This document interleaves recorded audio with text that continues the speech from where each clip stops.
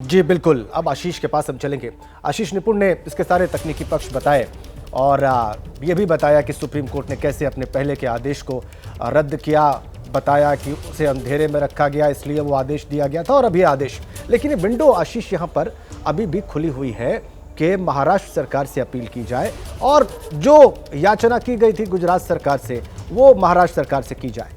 आशीष देखिए, निपुण बेहतर बताएंगे, लेकिन जैसा कि सुप्रीम कोर्ट की तरफ से आज कहा गया है, उन्होंने एक बड़ी महत्वपूर्ण ऑब्जर्वेशन दी है। सज़ा इसलिए दी जाती है कि भविष्य में अपराध रुके, अपराधी को सुधरने का मौका दिया जाता है, लेकिन पीड़ित के तकलीफ का भी एहसास होना चाहिए। मुझे ऐसा लगता है कि महाराष्ट्र सरकार को वो अपील तो कर सकते हैं, लेकिन महाराष्ट्र सरकार को सुप्रीम कोर्ट की इस ऑब्जर्वेशन को ख्याल में रखना पड़ेगा कि क्या अब ये सुसाइडल नहीं होगा उनके लिए। आप पॉलिटिकल चर्चा भी मुझसे कर रहे थे, क्या इस तरह का कोई संकेत तो नहीं चला जाएगा महाराष्ट्र सरकार अगर सुप्रीम कोर्ट के इतने बड़े ऐतिहासिक फैसले के बाद, जो कि एक लैंडमार्क जजमेंट साबित होने वाला है, ठीक कह रहे थे निपुण, उसके बाद इस तरह का जोखिम उठाएगी कि फिर से इनको रिहा कर देगी डिस्पाइट इस तरह का ऑब्जर्वेशन कि पीड़ित के तकलीफ का हमको एहसास होना चाहिए। That is in realm of speculation. Good sense of Maharashtra सरकार, अगर उनको ये लोग अपील करते हैं तो मुझे ऐसा लगता है कि वाइब्रेंट गुजरात के 2 दिनों के बैठक में, माफ कीजिएगा 3 दिनों के बैठक में प्रधानमंत्री का आज गुजरात दौरा होना था और गुजरात सरकार ने ही ये बड़ा फैसला लिया था। और मुझे ऐसा लगता है कि ये काफ़ी एम्बैरेसिंग है गुजरात सरकार के लिए, जिनको बड़े सख्त सवाल भी सुप्रीम कोर्ट ने पूछ दिए कि आखिर आपको जब हक ही इख्तियार नहीं था इस तरह के फैसले करने का, तो आपने ऐसा फैसला क्यों किया। ये आपको उस राज्य से कंसल्ट करना चाहिए था, वहाँ की अदालत का ये डोमेन था कि वो ये फैसला करते। ऐसे में मुझे लगता है कि इसके पॉलिटिकल फॉलोआउट भी होंगे। लेकिन जो आपका प्राइमरी सवाल था, मैं फिर दोहराना चाहूँगा, फिर से आपका अटेंशन इनवाइट करना चाहूँगा कि जब सुप्रीम कोर्ट खुद कह रहा है कि पीड़िता के जो हालात हैं, जो उनको जख्म पहुँचा उसका भी ख्याल रखना होता है, ऐसे में महाराष्ट्र सरकार क्या ये निर्णय कर पाएगी। क्या वो लोग जाते हैं अपील के लिए तो उनको फिर से रिहाई मिल सकेगी। मुझे लगता है इस पे अब कम से कम बहुत बड़ा प्रश्न चिन्ह होगा। और आगे आप राजनीतिक घटनाक्रम को और राजनीतिक बयानों को कैसे अनफोल्ड होता देख रहे हैं आशीष?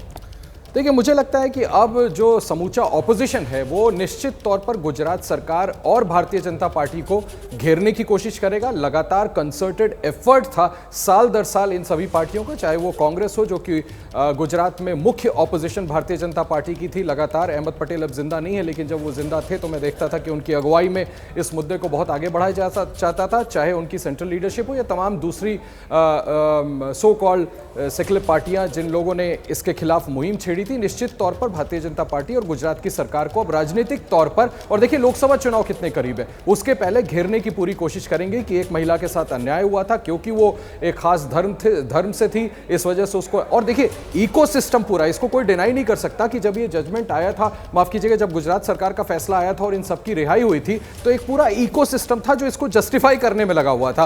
और ये ऑपोजिशन के लोग थे जो बार बार ये कह रहे थे कि देखिए ये निर्मम एटीट्यूड है जो ये दिखा रहा है कि किसी के साथ इतना बड़ा जघन्य अपराध हुआ था और उनके दोषियों को इस तरह से रिहा कर दिया गया और उसको जस्टिफाई करने के लिए पूरा का पूरा इकोसिस्टम लगा हुआ था। लेकिन आज के सुप्रीम कोर्ट के फैसले के बाद निश्चित तौर पर इसके पॉलिटिकल रैमिफिकेशन फॉलोआउट्स दिखेंगे और ये समूचा विपक्ष, खास करके विपक्ष की अगुवा कांग्रेस पार्टी, निश्चित तौर पर भारतीय जनता पार्टी और गुजरात सरकार को निशाने पर लेने की कोशिश करेगी। बिल्कुल।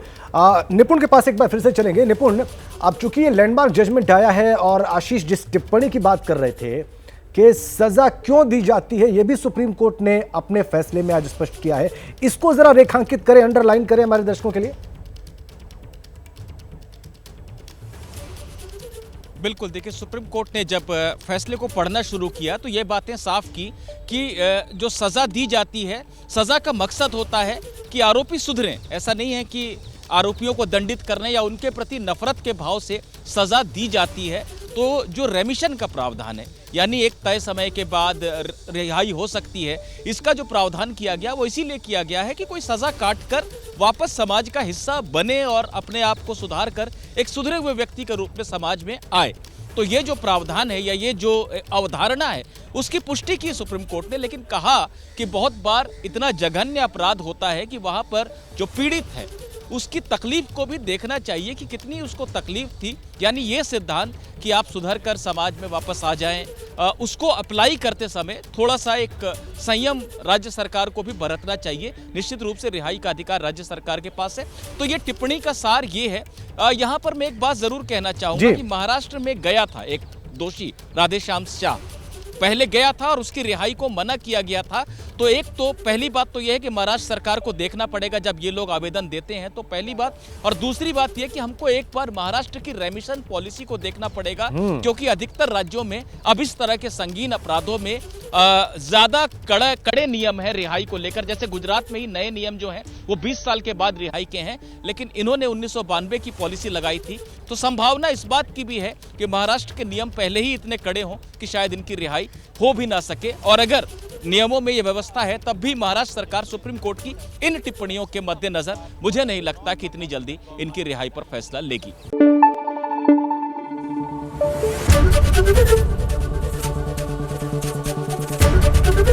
एबीपी न्यूज आपको रखे आगे।